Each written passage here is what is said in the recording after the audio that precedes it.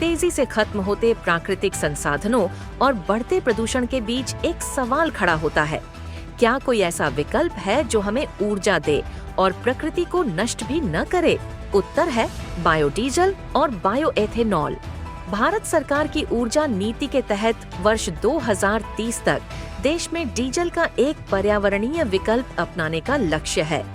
तो मुझे लगता है कि आने वाले समय में अल्टरनेटिव फ्यूल और बायोफ्यूल ये दोनों के ऊपर एक वास्ट पोटेंशियल है। एक तरफ 25 लाख करोड़ का इंपोर्ट 2-3 साल के बाद एक तरफ है, और दूसरी ओर हमारी इकोनॉमी मुश्किल से 1.5-2 लाख करोड़ की है। तो ये गैप बहुत बड़ी है, 10 गुना भी हम बढ़ा सकते तो भी हो सकती है। बायोडीजल एक ऐसा ईंधन जो जैविक स्रोतों से बनता है, जैसे तिलहन, वनस्पति तेल, अलगी और कृषि अपशिष्ट। 30 अप्रैल 2019 को पेट्रोलियम मंत्रालय के दिशा निर्देशों के अनुसार उत्तर प्रदेश में B10 बायोडीजल की खुदरा बिक्री को अनुमति दी गई। प्रदेश सरकार अब ऐसे किसानों, उद्यमियों और पंचायतों को प्रोत्साहित कर रही है जो बायोफ्यूल उत्पादन में भागीदारी करना चाहते हैं।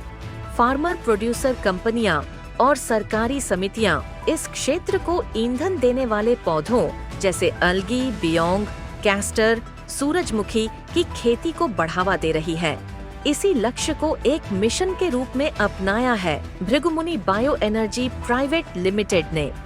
उत्तर भारत के गांवों में हरित ऊर्जा क्रांति की नींव रखने वाली ये कंपनी केवल ईंधन नहीं, आत्मनिर्भरता और पर्यावरणीय पुनर्जागरण की राह खोल रही है। इस हरित मिशन के प्रेरक संस्थापक हैं श्री ब्रिजेश यादव और श्रीमती रेणु यादव। इन दोनों दूरदर्शी व्यक्तित्वों ने जैविक ऊर्जा को एक सामाजिक आंदोलन की शक्ल दी है। आज भृगुमुनि ग्रुप ऑफ कंपनीज के नेतृत्व में यह पहल गांव-गांव तक हरित ऊर्जा की चेतना पहुंचा रही है।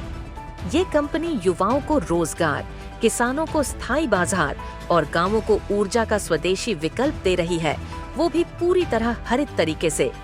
बायोडीजल सिर्फ ईंधन नहीं, एक विचार है आत्मनिर्भर गांवों, हरित भारत और स्थायी भविष्य का।